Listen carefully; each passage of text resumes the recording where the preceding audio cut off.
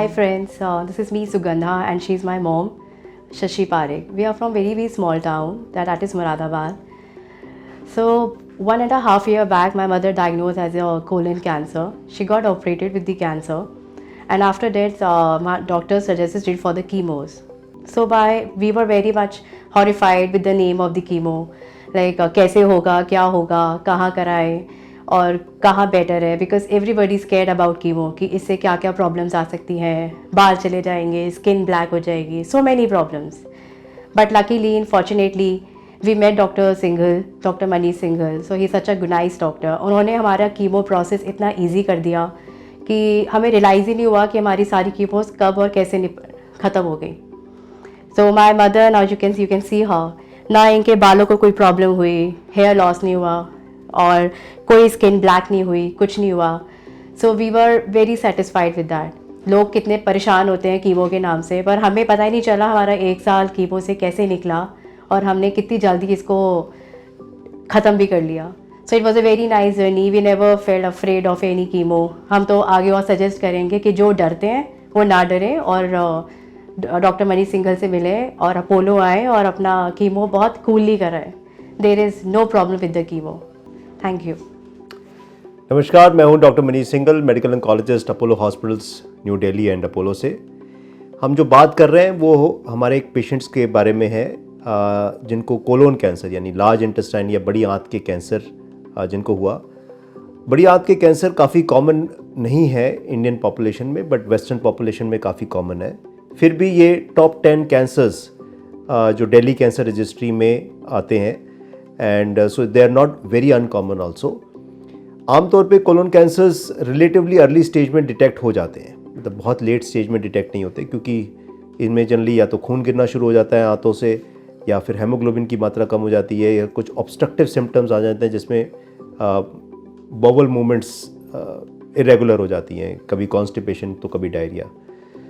आमतौर पे colon cancers में पहले सर्जरी की जाती है. ज़्यादातर केसेस स्टेज 2 या स्टेज 3 में डिटेक्ट होते हैं.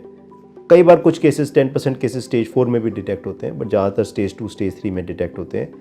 और सर्जरी के बाद अक्सर कीमोथेरेपी एडवाइजेबल होती है. काफ़ी लोग कीमोथेरेपी से डर जाते हैं एंड उनको लगता है कि कीमोथेरेपी बहुत ही पेनफुल प्रोसीजर है. जैसे आपने सुना कि कीमोथेरेपी बिल्कुल ऐसा नहीं है कि ये कोई पेनफुल प्रोसीजर है, बहुत इजी प्रोसीजर है. आमतौर पे इसमें जो कीमोथेरेपी दी जाती है उसका प्रोटोकॉल का नाम होता है फॉलफॉक्स प्रोटोकॉल.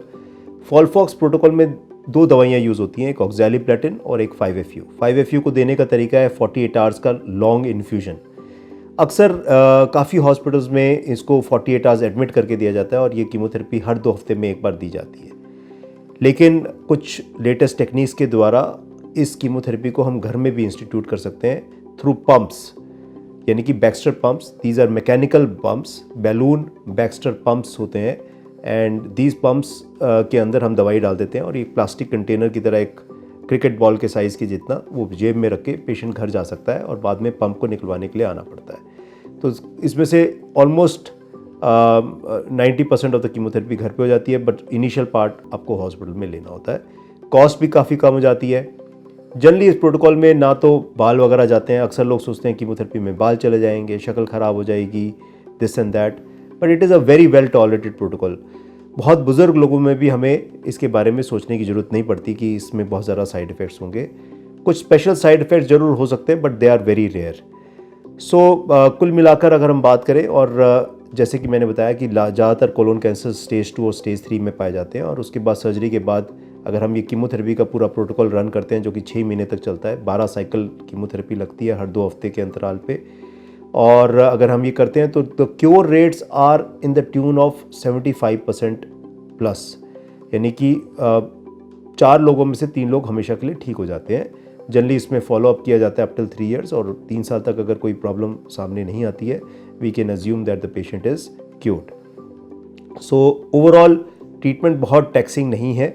सर्जरी के बाद और कीमोथेरेपी के बाद क्वालिटी ऑफ लाइफ काफ़ी हद तक मेंटेन्ड रहती है, और जैसे आपने हमारे पेशेंट्स को सुना कि they could undertake their chemotherapy very well, and अब वो आज ऑलमोस्ट 2 साल होने को आ गए हैं, 2 बल्कि 2.5 साल होने को आ गए हैं, and she is quite well.